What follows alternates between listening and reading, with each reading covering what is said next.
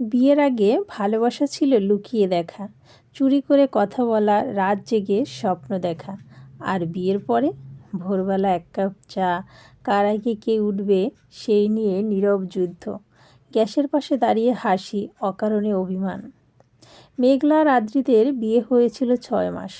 বিয়ের আগে আদ্রিত প্রতিদিন বলতো, তোমাকে ছাড়া এক মুহূর্ত থাকতে পারবো না। আর এখন অফিস থেকে ফিরেই কখনো ক্লান্ত, কখনো চুপচাপ, মেঘলা মাঝে মাঝে আয়নার সামনে দাঁড়িয়ে ভাবে, আমি কি বদলে গেছি, নাকি ভালোবাসাটাই বদলে গেছে।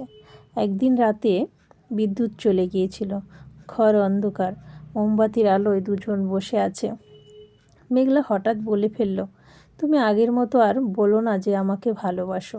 আদ্রিত কিছুক্ষণ চুপ, তারপর মোমবাতির আলোয় মেঘলার হাতটা ধরে বলল, আগে ভালোবাসা ছিল বলার, এখন ভালোবাসা হলো থাকার। আগে আমি তোমাকে পাওয়ার জন্য লড়েছি, আর এখন তোমাকে ধরে রাখার জন্য লড়ি। মেঘলার চোখ ভিজে গেল।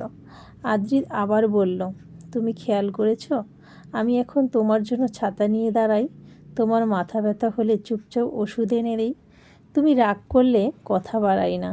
এগুলো বলার ভালোবাসা না, এগুলো থাকার ভালোবাসা।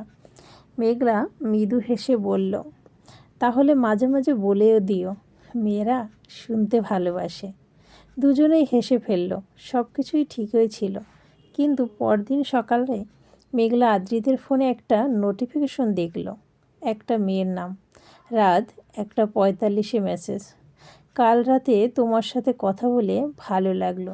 মেঘলার বুক কেঁপে উঠল। এই মেসেজের মানে কি?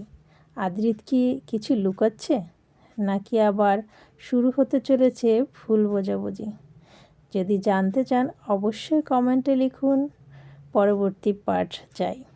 এবং ভিডিওটি যদি আপনারা ইউটিউব থেকে দেখে থাকেন অবশ্যই সাবস্ক্রাইব করে পাশে থাকবেন, আর যদি ফেসবুক থেকে দেখে থাকেন অবশ্যই ফলো দিয়ে আমার সাথে থাকবেন। ধন্যবাদ সকলকে।